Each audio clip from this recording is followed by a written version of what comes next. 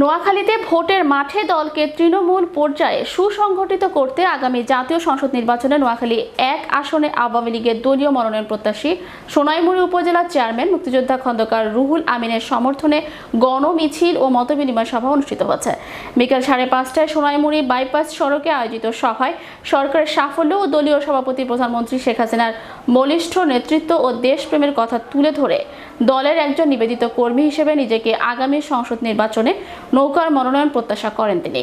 এ সময় বক্তব্য রাখেন উপজেলা আওয়ামী লীগের সাবেক যুগ্ম সম্পাদক জসিমউদ্দিন, জেলা পরিষদের সাবেক প্যানেল চেয়ারম্যান মোশাররফ হোসেন দুলাল সহ স্থানীয় নেতৃবৃন্দ। এবং আওয়ামী লীগের দুর্দিনে অর্থাৎ ২০০১ থেকে ২০০৮ পর্যন্ত আওয়ামী লীগের দুঃসময়ে আমি দলের পাশে ছিলাম এবং এই উপজেলাকে আমি সুসংগঠিত করার জন্য দলকে আমি সমস্ত দায়িত্ব নিয়ে দলকে পরিচালনা করেছি এবং আমার নেতৃত্বে এখানে দল সুসংগঠিত হয়েছে ওটাই। এবং এখানে কন্টিনিউয়াসলি আমি কাজ করে নেতা কর্মীদের মাঝে আমি সেই আন্তরিকতা, তাদের রেসপেক্ট, ভালোবাসা, বিশ্বাস, যোগ্যতা আমি অর্জন করেছি।